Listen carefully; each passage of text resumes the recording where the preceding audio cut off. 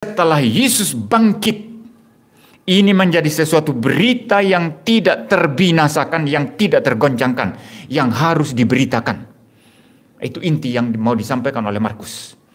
Melalui para wanita yang melihat kubur kosong tadi. Lalu mereka sampaikan berita itu kepada para murid, kepada Petrus. Dan melalui para murid, Yesus itu memberitakan. Jadi bukan Yesus secara langsung, tetapi melalui para murid, Yesus memberitakan berita ini dari timur ke barat, katanya di situ, saudara.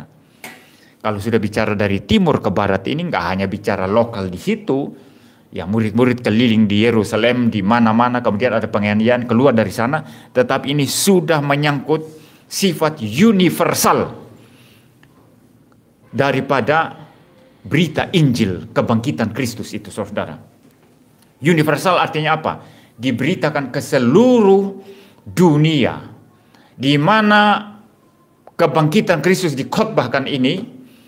Itulah Yesus sedang memberitakan melalui para murid dan melalui kita semua mengenai berita yang tidak tergoncangkan ini. Nah, mengapa ini menjadi sangat penting sekali? Kita melangkah lebih jauh sekarang. Mengapa berita kebangkitan ini sangat penting dan harus diberitakan dari timur ke barat? Ya, mengapa? Karena itu adalah sentral, pusat daripada iman Kristen. Tanpa kebangkitan, tidak ada anugerah Allah datang kepada kita. Anugerah keselamatan. Tanpa kebangkitan Kristus dari antara orang mati, semua iman kepercayaan kita menjadi sia-sia adanya. Kalau demikian, maka kebangkitan Kristus dari antara orang mati, dan termasuk kebangkitan kita kelak dari antara orang mati untuk hidup bersama Tuhan selama-lamanya. Ini adalah satu ajaran yang unik yang hanya dimiliki oleh iman Kristen dan tidak ada dalam iman-iman yang lain. Sama sekali berbeda.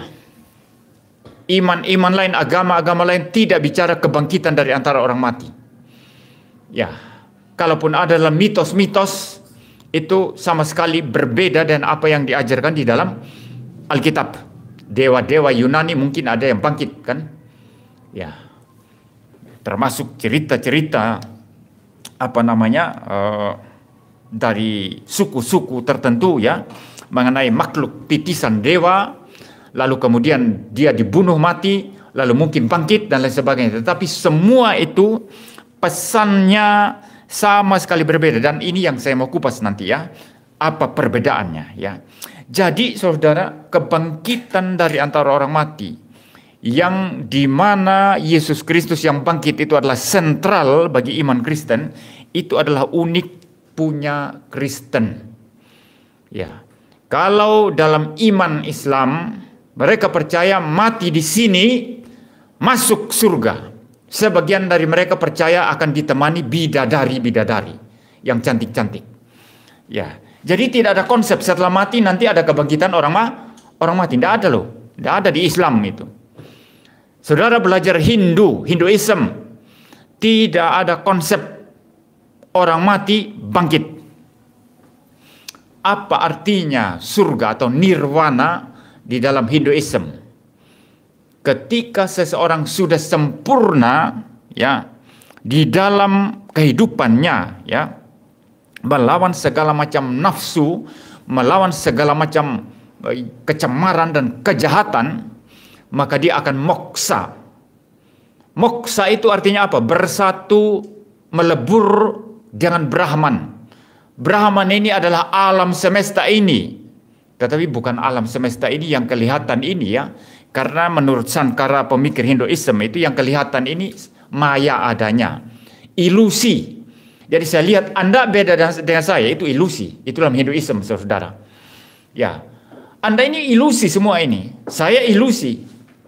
Ya, kita ini maya. Kenapa? Karena ditutup mata kita. Maka perlu pencerahan. Ya, ini pentingnya menurut mereka pencerahan yang didapat dengan berbagai macam cara, dan mendapatkan pencerahan dengan cara yang level rendah itulah ibadah-ibadah. Ibadah-ibadah. Nah, ibadah-ibadah kepada siapa? Supaya membuat kita semakin terdidik, semakin terlatih untuk naik ke level lebih tinggi dan sampai pada tingkat pencerahan nanti. Maka di sini penting untuk mempersonifikasikan Brahman. Ya. Penting untuk menjadikan Brahman itu pribadi. Maka muncul banyak pemikiran tentang dewa-dewa. Tetapi semua dewa-dewa termasuk 3 terbesar, Brahman, Shiva, Wisnu, itu adalah perwujudan dari Brahman yang sama. Jadi inti kepercayaan Hinduisme itu bukan politeisme, salah itu. Ya, lalu orang Islam gampang sekali mengatakan, oh Kristen percaya triteisme, Tritunggal, 3 Allah. Islam juga sama, percaya Trimurti, Shiva, Brahma, Wisnu. Hindu sendiri tidak percaya, bukan kepercayaan politeis. Karena itu dewa-dewa yang banyak itu hanya dipersonifikasikan supaya bisa lebih fokus ibadah. Tetapi dewa-dewa yang banyak itu adalah manifestasi dari Brahman yang satu. Nanti kalau orang sudah dapat pencerahan, dia sadar ternyata dirinya juga adalah Brahman. Jiwa kita intinya ini namanya Atman. Dan tujuan Atman ini untuk menyatu kembali dengan Brahman itu. Atman ca Brahman. Ya. Atman saya menjadi Brahman. Jadi konsep tentang dewa-dewa yang banyak itu hanya untuk kepentingan upacara itu sebetulnya.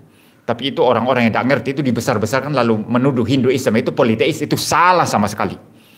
Mirip ketika mereka menuduh Kristen itu politeis, itu salah sama sekali. Itu kacau ya. Saya belajar Hinduisme, tesis S2 saya belajar Sankara, Hinduisme. Jadi kalau ada orang mau debat sama saya mengenai Hinduisme, Trimurti dengan kekristenan, Trinitas, sama kata mereka, itu ngaco sekali itu. Itu tidak benar itu saudara. Ya. Jadi saudara, dalam Hinduisme ketika seseorang mendapat pencerahan, dia bersatu dengan Brahman. Ketika bersatu dengan Brahman, itulah moksa. Engkau bukan dirimu lagi, tetapi sudah menyatu dengan Brahman. Dan Brahman ini tidak bisa digambarkan itu sifat-sifatnya. Kita hanya bisa berkata tentang Brahman, bukan ini, bukan itu. Karena kalau ada sifat-sifatnya, maka dia sesuatu yang sebetulnya terbatas. Kok bisa digambarkan, bisa dijelaskan. Tapi dia sama sekali tidak terbatas. Maka dia tidak punya sifat-sifat.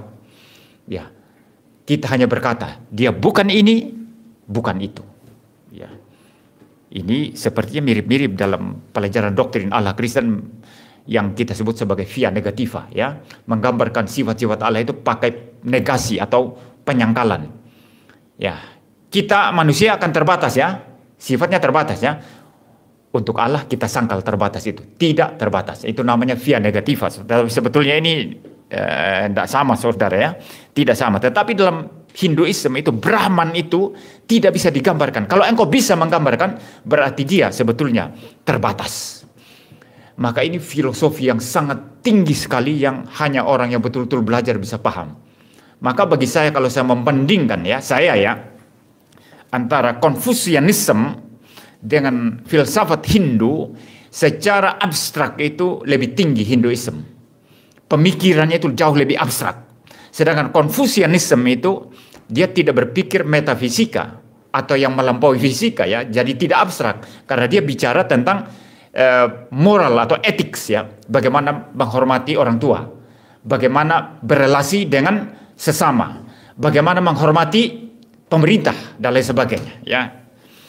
Sekarang saya lagi membahas berseri itu filsafat ya, saya masih filsafat Yunani, nanti saya akan bahas Konfusius dan lain sebagainya, tapi saya kaitkan semua dengan firman Allah dan kitab suci ya, bagaimana kitab suci memandang filsafat-filsafat itu. Jadi saudara keliru ya kalau mengatakan Hinduisme itu politeis ya, tapi tujuan Hinduisme itu adalah bersatu dengan Brahman. Ya, Atman ca Brahman. Kalau begitu itulah nirvana. Jadi tidak ada konsep kebangkitan orang mati. Buddhisme mirip-mirip. Karena memang akar daripada Buddhisme atau Buddha itu Hinduisme. Tapi mereka membuat antitesis terhadap ajaran Hindu. Nah kalau Buddhisme lebih melihat ini bahwa apa? Diri kita ini penuh dengan keinginan. Keinginan itu yang menimbulkan penderitaan. Kalau engkau pasifkan keinginanmu seluruhnya, tidak ada penderitaan. Maka tujuan utamanya adalah mempasifkan seluruh hasrat dan keinginan. Kalau sudah betul dinolkan, dikosongkan, itu sudah pencerahan dan itu sudah nirwana. Berarti dari keadaan saya banyak nafsu, keinginan, hasrat, kerinduan, menuju kepada pempasifan semua itu. Ya, jadi bukan apa-apa lagi. Ya. Ya, ini seperti dari ada menjadi tidak ada. Jadi keadaan menjadi ketiadaan. Itulah versi daripada Buddhism, saudara. Ya, jadi dalam konsep ini juga tidak ada kebangkitan dari antara orang mati. Kembali sekarang kita bicara yang dekat dengan kita. Yudaism. Orang-orang Yahudi, kepercayaan orang Yahudi. Dalam konsep Yahudi terbelah, ya. Saduki berkata tidak ada kebangkitan dari antara orang mati. Maka mereka pernah uji Tuhan Yesus, kan? Ada seorang perempuan menikah, lalu mati suami, menikah lagi, mati, menikah lagi, mati. Dan dalam konteks Yahudi itu, saudara, kalau seorang perempuan menikah sama seorang laki-laki, ya, misalnya laki-laki suaminya ini mati, nanti dia berhak menikah sama adiknya si laki ini. Tapi nanti kalau punya anak, nggak pakai bawa namanya si adiknya itu, tapi untuk mempertahankan keturunan kakaknya itu. Maka kadang-kadang orang Yahudi enggan. Oh, saya akan membangkitkan keturunan untuk kakak saya yang sudah mati. Lah untuk saya sendiri bagaimana? Ya, sering begitu ya. Jadi memang gitu aturannya. Jadi kalau ada wanita menikah, suami mati, menikah sama adiknya. Adiknya mati lagi. Kalau punya adik tunggu. Kalau sudah besar menikah sama dia. Nah, maka orang Saduki ini memakai ilustrasi itu. Kalau ada seorang wanita, suaminya meninggal, lalu menikah sama adiknya. Menikah lagi, sampai 7 kali berturut-turut begitu ya. Nanti pada saat kebangkitan, siapakah suami dari perempuan ini? Karena dia sudah menikah dengan 7-7-nya. Tapi Yesus bilang pemikiranmu itu sesat. Karena di kebangkitan nanti, pada saat dia datang kali yang kedua, tidak ada orang kawin, mawin. Ya. Semua orang akan hidup seperti malaikat. Jadi orang Saduki tidak percaya kebangkitan. Maka mereka menguji Tuhan Yesus dan contoh soal itu tadi. Tapi sudah dibantah oleh Tuhan Yesus. Nah, kalau orang Farisi dan golongan lain percaya ada kebangkitan. Dan mereka mau mencoba seperti konsisten dengan apa yang sudah dilihat di dalam perjanjian lama, kan? Ya, ada orang-orang yang dibangkitkan, ya. Nabi Elia pernah bangkitkan orang mati, ya.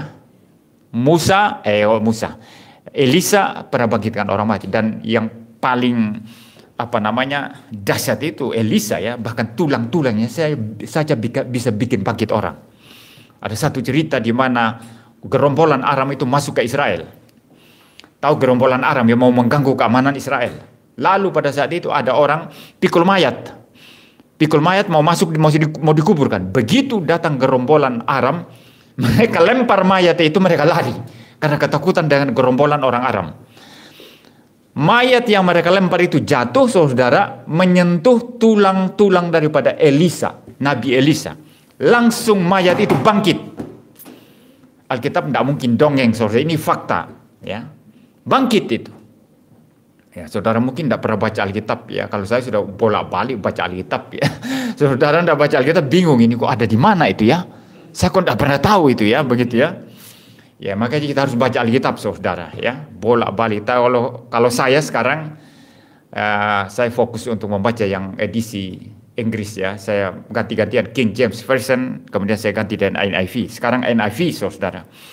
Jadi ada itu, saudara. Jadi konsep mengenai orang mati bangkit itu di dalam kitab Tanaknya orang Yahudi itu ada. Perjanjian lama ini, Tanaknya orang Yahudi itu perjanjian lama. Itu ada. Ya, jadi bukan sesuatu yang tidak biasa, atau memang ada. Jadi mereka percaya. Tetapi masalahnya, pertanyaannya, apakah kepercayaan orang-orang Yahudi, Yudaism, mengenai kebangkitan dari antara orang mati sama dengan yang dipercaya orang Kristen? Apakah sama? Tidak sama. Karena inti iman kita mengenai kebangkitan daripada antara orang mati adalah Kristus sendiri yang sulung, yang pertama bangkit dari kematian. Mengapa disebut sulung? Karena Yesus Kristus adalah yang pertama bangkit dan tidak mati lagi. Orang-orang perjanjian lama yang dibangkitkan oleh Elia maupun Elisa itu mati lagi. Orang yang mati tadi nyentuh tulang-tulang Elisa, dia hidup lagi tapi kemudian mati lagi. Orang-orang yang dibangkitkan oleh Tuhan Yesus pada saat dia melayani itu mati lagi. Eutikus yang dibangkitkan oleh Rasul Paulus. Saudara ingat kisahnya? Paulus mengajar dari siang sampai tengah malam. Seorang anak muda seperti ini ya. Mungkin sudah ngantuk sekali. Duduk dekat jendela. Jatuh ke bawah. Langsung mati. Paulus turun. Lihat. Dia masih hidup katanya. Didoakan. Hidup. Kemudian naik kembali ke atas. Seperti tidak terjadi apa-apa ya. Ini saya kira. Ini sedikit menyimpang ya. Tetapi ini satu spirit yang bagus sekali. Seperti tidak terjadi apa-apa. Paulus ngajar lagi. Padahal orang sudah mati tadi saking lamanya ngajar. Ngajar sampai fajar menyingsing. Begitu fajar menyingsing. Bukannya tidur. Alkitab berkata, Kisah Para Rasul berkata, langsung melanjutkan perjalanan untuk pergi memberitakan Injil. Mungkin tidur di padang atau di mana kita tidak tahu. Pasti tidur ya, tidak mungkin tidak tidur. Tapi dia tidak tidur ketika ada orang-orang. Ada orang-orang mesti ngajar. Nah, tapi kalau kita, ada orang-orang ngajar sedikit, lebih banyak tidur dan bicara hal-hal lain. Makanan lah, minuman lah. Makanan paling enak di Malang di mana ya? Soto paling enak di mana ya? Rawon paling enak di mana ya? Tapi bahas firman Tuhan sedikit sekali. Ini kecelakaan besar bagi orang-orang Kristen sekarang. Lihat orang, kumpulan orang, bukan bergairah untuk ngajar banyak. Tapi bicara hal-hal lain. Ini kecelakaan bagi hamba-hamba Tuhan. Itu pertama. Kedua, ada peristiwa sedikit saja. Buyar ibadah, buyar khotbahnya, buyar persekutuan doanya, buyar semua. Lebih banyak bicara peristiwa sedikit tadi itu. Ya, bukan peristiwa besar seperti Eutikus jatuh ke bawah mati kan? Itu peristiwa besar sekali. Tapi Paulus hidup kan, naik kembali ke atas ngajar lagi seperti tidak ada apa-apa. Maka saya bilang ini sesuatu spirit atau semangat yang harus kita tiru. Maka saya sendiri, saudara-saudara belajar untuk tidak terlalu mau membesarkan hal-hal kecil. Ya, karena saya akan kehilangan fokus nanti. Ya. Tadi malam kami tidur. Ya. Gereja Eleos siapkan hotel. Kami tidur di hotel, saudara.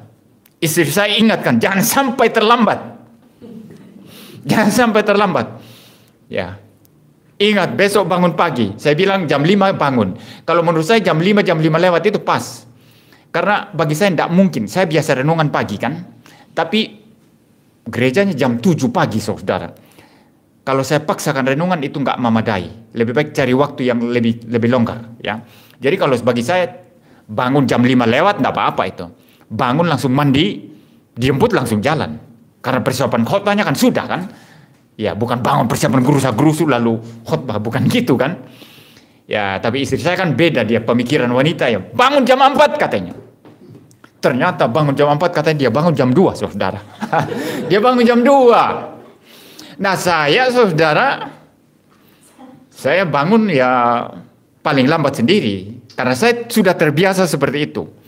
Ya sudah terbiasa hal-hal seperti ini sudah biasa dilakukan dan bukan hal besar ya.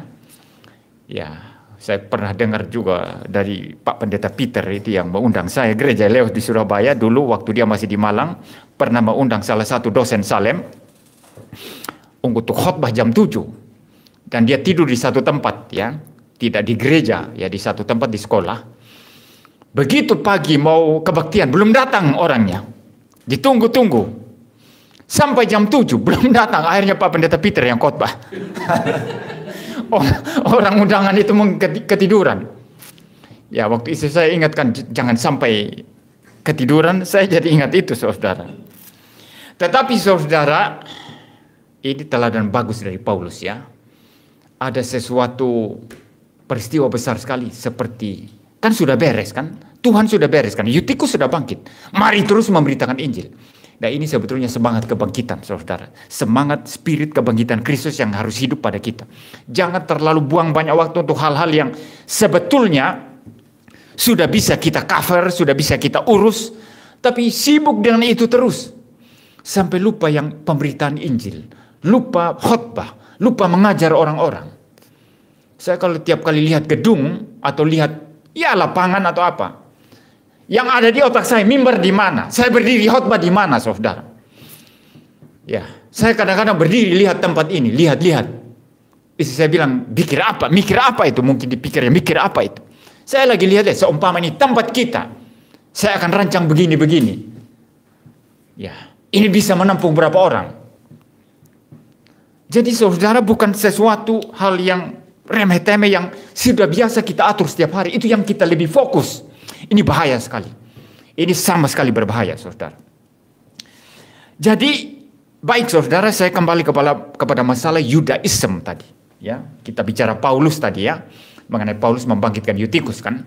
Ya, saya sedikit menyimpang, tapi ini masih relevan dengan spirit kebangkitan kan. Supaya kita jangan fokus kepada hal-hal yang remeh-temeh lebih besar daripada memberitakan Injil. Yudaism itu tidak percaya kebangkitan seperti kita percaya. Karena sentral atau pusat daripada kepercayaan kita adalah Yesus Kristus. Sedangkan mereka hanya melihat contoh kebangkitan di dalam perjanjian lama di mana orang mati lagi. Dan mungkin sebagian melihat contoh bagaimana Yesus membangkitkan orang mati, tapi matilah lagi. Bahkan Lazarus yang dibangkitkan oleh Tuhan Yesus sesudah berbau busuk di kuburan. Karena mereka benci kepada Yesus, mereka berencana untuk membunuh. Ya, berarti memang Lazarus bisa mati dibunuh dan memang mati lagi. Kalau kepercayaan kita hanya kebangkitan yang bisa mati lagi, sia-sia iman kita. Untuk apa? Sudah mati bangkit, sudah bangkit hebat. Tapi kemudian mati lagi 10 tahun, 20 tahun untuk apa? Iman yang sia-sia, betul atau tidak? Maka kepercayaan akan kebangkitan yang dipercaya Kristen dengan Yudaism sama sekali berbeda. Kalaupun mereka mengaitkan itu dengan kebangkitan kelak oleh Mesias kelak, tapi Mesias yang mereka maksud bukan Tuhan Yesus, tapi Mesias yang lain, yang mereka tunggu-tunggu dan tidak mungkin akan datang. Kucing bertelur pun tidak akan datang itu. Maka saya marah sekali kalau orang Kristen itu ke Israel-Israelan. Itu kacau sekali iman itu. Itu orang Kristen kacau iman itu, saudara. Seolah-olah jangan macam-macam dengan Israel. Tuhan kutuk kamu. Ini penghinaan, saudara. Kenapa? Kita ini Israel, saudara. Saya Israel. Saya orang pilihan Tuhan. Anda orang pilihan Tuhan. Jangan macam-macam dengan orang Kristen. Karena kita adalah Israel. Tapi Israel yang menolak Yesus, yang menyalibkan Yesus, sampai sekarang tidak bertobat dan terima Yesus. Diunggul-unggulkan, ini kacau iman Kristen ini. Maka saya lawan, saudara. Banyak orang maki-maki itu, orang goblok yang maki-maki saya itu. Mereka tidak paham iman Kristen. Mereka itu menghina, menghujat Kristus. Menantikan Mesias. Mesias yang mana? Kucing bertelur pun tidak akan datang. Mesias itu sudah datang 2000 lebih tahun yang lalu. Yesus Kristus. Ya, jangan pernah terlalu mengunggulkan Israel, sementara pada saat yang sama Anda menghina bahwa Anda adalah Israel. Kitalah Israel yang sesungguhnya, orang-orang pilihan Allah, yang bergabung dengan Bapa Abraham, Ishak dan Yakub. Karena Abraham, Ishak dan Yakub percaya kepada Yesus Kristus yang menyatakan diri dalam perjanjian lama. Tapi Yahudi sejak mereka menyalibkan Yesus sampai sekarang, mereka menolak Tuhan Yesus yang menyatakan diri kepada Abraham, Ishak dan Yakub, yang menyatakan diri kepada Musa yang berkata, I am that I am, mengutus engkau ke Mesir untuk membebaskan bangsa Israel.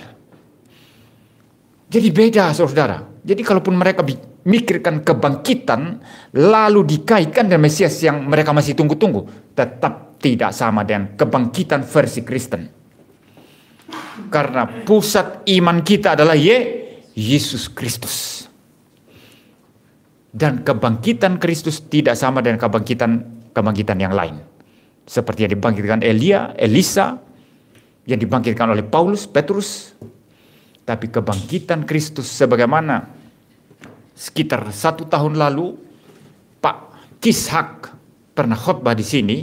Dia berkata kebangkitan yang menembus kematian. Yesus berjalan terus menembus kematian karena dia tidak mati lagi. Dia melewati kematian dengan sukses dan bangkit menembus kematian dan hidup selama-lamanya, tidak mati lagi. Ini maksudnya kemanusiaan ya. Jangan dikacaukan dengan keilahian Yesus yang tidak mungkin mati, tidak mungkin menderita. Tetapi natur kemanusiaannya itu menembus kematian, bangkit untuk selama-lamanya. Ini menjadi contoh sulung bagi kebangkitan kita kelak